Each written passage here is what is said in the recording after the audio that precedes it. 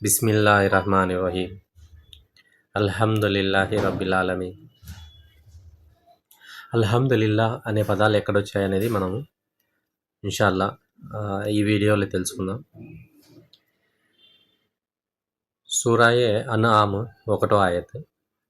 అల్హమ్దులిల్లాహిల్లజీ ఖలఖస్ సమావాతి వల్ అర్ద.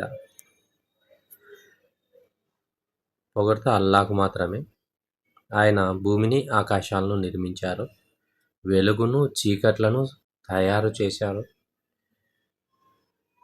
ఆయనే సత్య సందేశాన్ని స్వీకరించడానికి నిరాకరించిన వారు ఇతరులను తమ ప్రభువులకు సమానులుగా పరిగణిస్తున్నారు.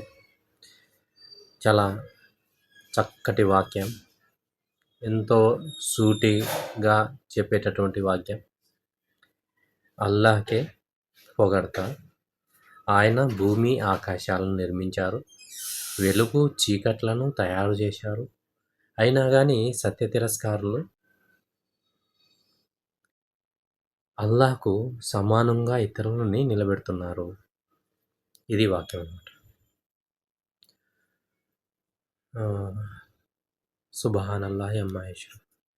సో అల్లాహ్ మనం కల్పించేటటువంటి అన్ని నిందల నుంచి పరమ పవిత్రుడు అన్నమాట.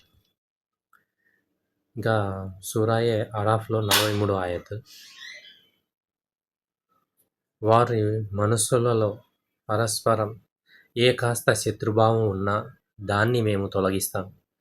వారి క్రింద కాలువలు ప్రవహిస్తూ ఉంటాయి. అంటే స్వర్గానికి వెళ్ళిన తర్వాత పరస్పరం ముస్లింలైనా కానీ కొంచెం ద్వేషాలు ఏమన్నా ఉంటే, ఒకరికొకరు సరిపోకుండా ఉంటే వాళ్ళ హృదయాల నుంచి శత్రుభావాన్ని తీసేస్తారు.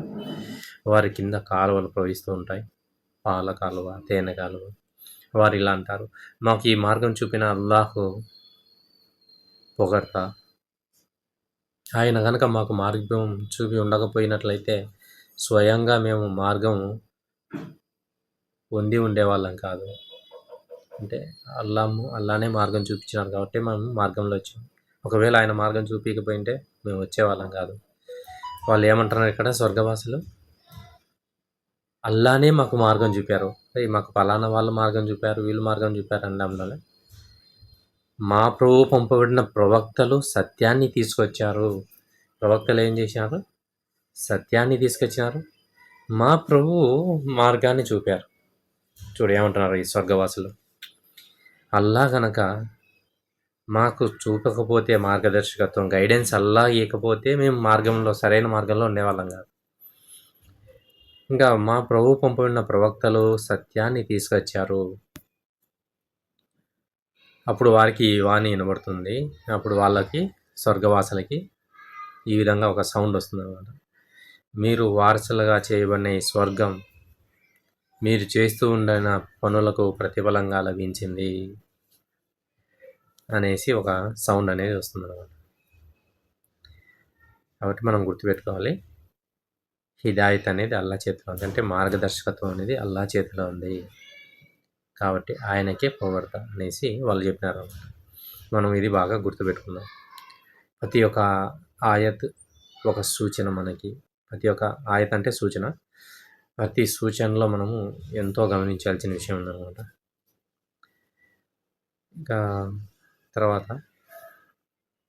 సూరాయ ఇబ్రాహీంలో వస్తుంది, నాకు ఈ ముసలితనంలో ఇస్మాయిల్, ఇస్హాక్ వంటి కొడుకులను ప్రసాదించిన దేవునికి కృతజ్ఞతలు. ఇబ్రాహీం అలైహిస్సలాం గారు చెప్తారన్నమాట. ఎందుకంటే నా ప్రభువు తప్పకుండా ప్రార్థన ఆలికేస్తారు. ఇన్న రబ్బీ లసమీఉ దుఆ. అల్లాహ్కి కృతజ్ఞతలు. మనం కృతజ్ఞతలు తెలుపుకుంటామన్నమాట. అల్హమ్దులిల్లా, అల్లాహ్కి కృతజ్ఞతలు, అల్లాహ్కి పొగడ్త. ఎందుకంటే పూర్తిగా నిరాశ అంటే వదిలేసుకున్నారు, ఆశ అనేదే వదిలేసుకున్నారు. రవి ముసలిధనంలో ఇంకా కొడుకులు పుడతానని ఆశ అనేదే లేదు.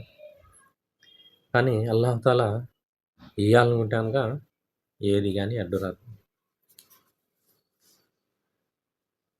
తర్వాత అల్లాహ్ ఒక ఉదాహరణ ఇస్తున్నారు. ఒక బానిస ఇతరుల యాజమాన్యంలో ఉన్నారు, స్వయంగా ఏ అధికారం లేనివాడు.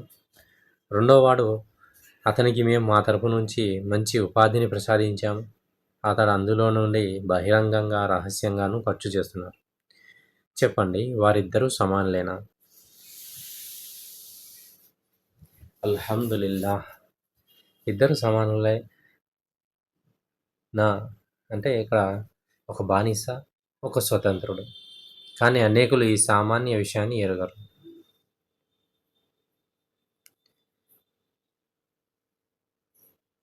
ఇక్కడ స్వతంత్రంగా ఉండేది ఎవరు?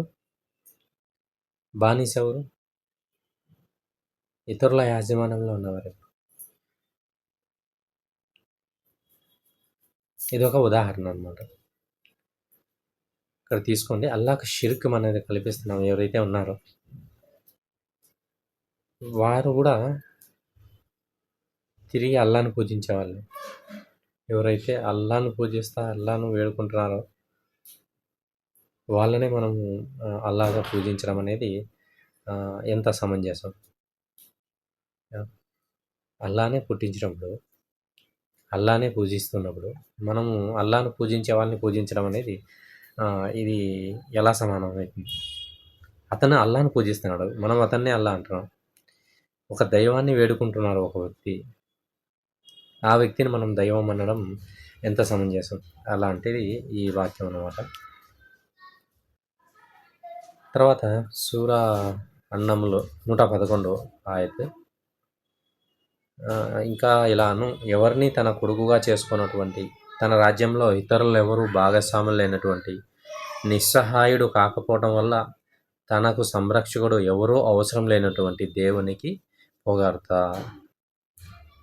ఇక్కడ అల్లాహ్ యొక్క క్వాలిటీస్ చెప్తున్నారు. ఆయన గొప్పతనాన్ని, మహోన్నతమైన శ్రేణికి చెందిన గొప్పతనాన్ని చాటండి. వఖబ్బిర్హు తక్బీరా, ఆయన యొక్క గొప్పతనాన్ని చాటండి. ఆయన గొప్పతనం ఏంది? ఎవరిని కొడుకుగా చేసినటువంటి, ఆయనకు అవసరం లేదనమాట భార్య బిడ్డల భావబంధాలు. ఈ యొక్క మనిషికి ఉండే యొక్క ఫీలింగ్స్ ఉంటాయి కదా, మనిషికి ఉండే ఎమోషన్స్, అలాంటివి అవసరం లేదు ఆయనకి. తన రాజ్యంలో ఇతరులెవరూ భాగస్వాములుగా లేనటువంటి అతనికి ఎవరు అవసరం లేదు, భాగస్వాములు అవసరం లేదు. ఎవరికి తనకు నిస్సహాయుడు కాకపోవడం వల్ల, అంటే ముసలివాడైపోతే పోయి నన్ను ఎవరో ఒకరు చూసుకుంటారు, అలాంటి అవసరాలు లేవు ఆయనకి. ఆయన అవ్వలు ఆఖిరు, ఆయన మొదట ఉన్నారు, చివరగా కూడా ఆయనే ఉంటారు. వజ్జాహిరు వల్ బాతిను, ఆయన బయట ఉన్నారు, బయట ఆవరించి ఉన్నారు. వల్ బాతిను, లోపల ఉన్నారు. మొత్తం అన్న అంతలకల ఆయన యొక్క సర్వవ్యాప్తి, సర్వజ్ఞానము కలిగిన ఆయన.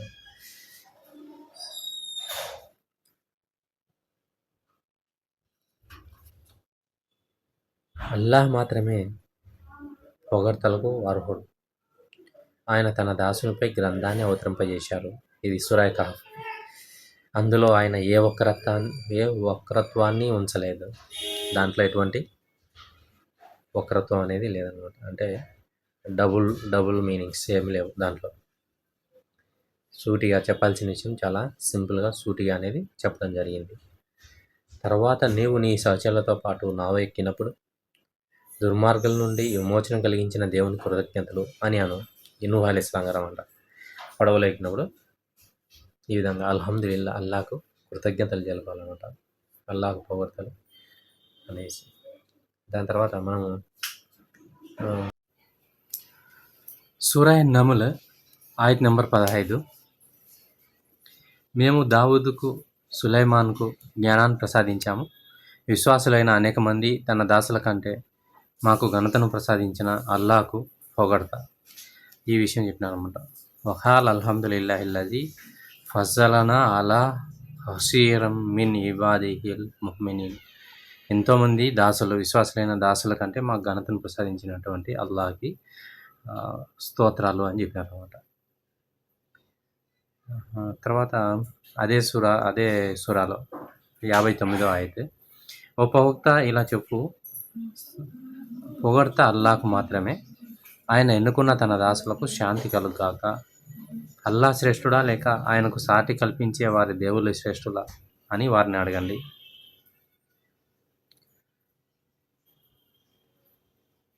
అదే 93 ఆయత్ అదే సూరాలో. ఇంకా అనండి, పొగడ్త అల్లాహకు మాత్రమే. అతి త్వరలో ఆయన సూచనలు మీకు తెలుపుతారు. మీరు వాటిని గుర్తిస్తారు. మీరు చేసే పనులన్నిటిని నీ ప్రభువుకు తెలియకుండా లేదు. తర్వాత సూరా 48, 70 ఆయత్. వహువ వహువల్లాహు లా ఇలాహ ఇల్లాహు లహుల్ హమ్దు ఫిల్ ఊలా వల్ ఆఖిరతి. ఆయనే అల్లాహ్, ఆయన ఒక్కడు, ఆయన తప్ప ఆరాధనకు అర్హులు ఎవరు లేరు. ఈ లోకంలోనూ పరలోకంలోనూ పొగడ్త ఆయన కోసమే. పరిపాలనాధికారము ఆయనదే. ఆయన వైపుకే మీరింతా మరలించబడతారు. ఇంకా నువ్వు వారిని ఇలా అడుగు, ఆకాశం నుండి ఎవరు వర్షాన్ని కురిపించారు? దాని ద్వారా మృతి భూమిని ఎవరు బతికించారు? అప్పుడు వారు అల్లాహ్ అని తప్పకుండా అంటారు. అల్హమ్దులిల్లా అని చెప్పు.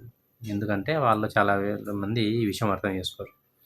ఆకాశం నుంచి వర్షాన్ని కురిపించేది, దాని ద్వారా భూమి నుంచి మొలకలు ఎత్తించేది అంతా ఎవరు అని అడిగినామంటే సర్వ సృష్టికర్త దేవుడే అని చెప్తారు. అల్హమ్దులిల్లా, అల్లాహ్కే పొగడతా. కానీ ఆ విషయాన్ని వాళ్ళు అర్థం చేసుకోలేకపోతున్నారు అన్నమాట. ఆకాశాల్లోనూ భూమిలోనూ ఆయనే పొగడ్తకు అర్హుడు. మధ్యాహ్నం సాయంత్రం అయినప్పుడు ఆయననే స్తుతించండి. ఒకవేళ వారిని నువ్వు భూమి ఆకాశాలను ఎవరు సృష్టించారని అడిగితే తప్పకుండా వారు అల్లాహ్ అంటారు. అల్హమ్దులిల్లా అను. వారిలో చాలామంది ఈ విషయం ఎరగరు. కేవలం అల్లాహే పొగడ్తలకు అర్హుడు. ఆయన ఆకాశాల్లోనూ భూమిలోనూ ప్రతి వస్తువుకి యజమాని. ఆయన భూమిలోనూ ఆకాశంలో ఉన్న ప్రతి వస్తువు ఆయనకు సంబంధించిందే. పరలోకంలో కూడా ఆయనే పొగడ్తకు అర్హుడు. మరి ఆయన అల్ హకీముల్ ఖబీర్, అన్నీ వివేకవంతుడు, అన్నీ తెలిసినవాడు. అల్లాహ్ మాత్రమే పొగడ్తకు తగినవాడు. ఆకాశాలను భూముల్ని సృష్టించాడు. ఆయన దైవదూతల్ని సందేశాలుగా నియమిస్తారు. అంటే జిబ్రాయిల్ అలైహిస్సలాం, మీకాయిల్ అలైహిస్సలాం ఇట్లా అనమాట.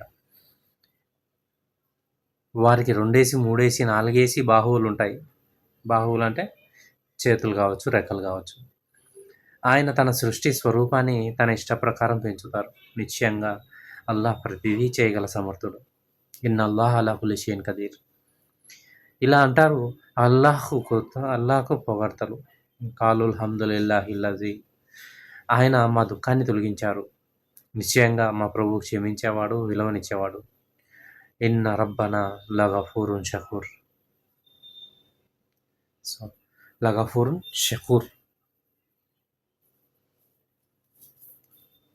వారు ఇలా అంటారు, మాకు చేసిన వాగ్దానాన్ని నిజం చేసిన, మమ్మల్ని భూమికి వారసుల్ని చేసిన దేవునికి పొగడ్తలు. ఇక మేము స్వర్గంలో ఎక్కడ కోరుకుంటే అక్కడ నివాసం ఏర్పరచుకోగలం. కనుక సత్కార్యాలు ఆచరించే వారికి ఎంత మంచి ప్రతిఫలం. స్వర్గవాసులు అంటారన్నమాట. ఇది ఏమంటారు స్వర్గవాసులు? మాకు భూమికి వారసులు చేసినటువంటి దేవునికి పొగడ్తలు, మాకు చేసిన వాగ్దానాన్ని. భూమిలో ఏ విధంగా ఉన్నాం ఇక్కడ మనం? అల్లాహ్ మనిషిని భూమికి ఖలీఫాలుగా చేసి పంపించిన తర్వాత ఇక్కడ మన ఇష్టానుసారం మనం కోరుకోవచ్చు. ఎవరైతే అల్లాహ్ యొక్క ఆయుధాలను ఫాలో అవుతారో వారికి వాగ్దానం ఇచ్చినాడు అల్లాహ్ తాలా.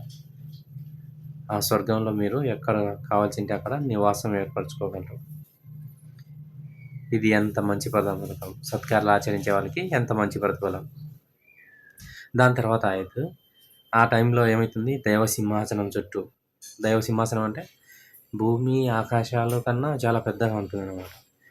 ఆ సింహాసనం చుట్టూ దైవదూతలు ఒక వలయంగా ఏర్పడి అల్లాను పొగుడుతూ ఉంటారు అన్నమాట. ఆ పవిత్ర నామాన్ని కొనియాడుతూ ఉండటం నువ్వు చూస్తావు.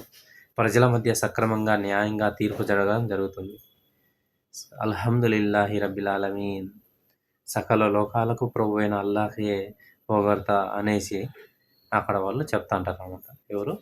దైవదూతలందరూ ఈ విధంగా చుట్టూ చేరి వలయంలాగా ఏర్పడి అల్లాను పొగుడుతూ ఉంటారు.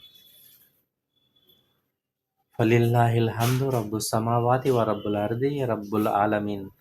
అల్లా ఆకాశాలకు ప్రభువు, భూమికి ప్రభువు, ఇక సకల లోకాలకు ప్రభువు. అంటే భూమి, ఆకాశము ఇలాంటివి ఇంకా వేరే లోకాలు కూడా ఉండొచ్చు. వేరే లోకాలు కూడా ఉండాయనే లాగా వస్తుందన్నమాట ఈ ఆయత్. భూమికి ప్రభువు, ఆకాశాలకు ప్రభువు, ఇంకా వేరే ఇలాంటి మొత్తం సకల లోకాలు ఇలాంటివి ఇంకా ఎన్నో లోకాలు ఉంటే ఆ లోకాలకు కూడా ఆయనే ప్రభువు. ఆకాశాల్లోనూ భూమిలోనూ ఉన్న ప్రతి వస్తువు అల్లానే పొగుడుతా ఉంది. విశ్వ సామ్రాజ్యపత్యము ఆయనదే, మరి పొగడ్త ఆయనకే. ప్రతి వస్తువుపై అధికారం ఆయనకు ఉన్నది.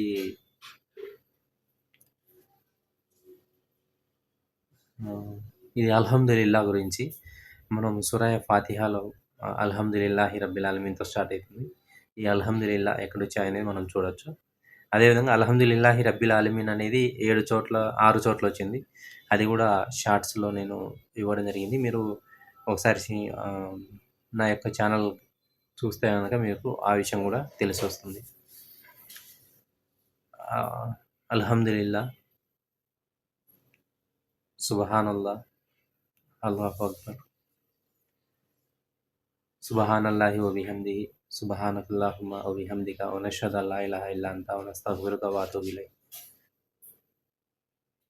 సుబ్హాన రబ్బిక రబ్బిల్ ఇజ్జతి అమ్మా యసిఫూన్, వసలామున్ అలల్ ముర్సలీన్ వల్హమ్దులిల్లాహి రబ్బిల్ ఆలమీన్.